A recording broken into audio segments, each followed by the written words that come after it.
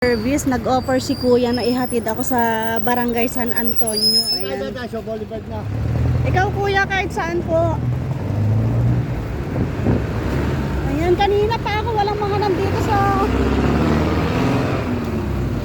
Ayan, thank you kuya. Ang dami ko kasing dala guys, kaya ang hirap na sumakay ulit sa jeep. Buti na lang si kuya mabait. Ayan. Nakita niya sa ako, naawat.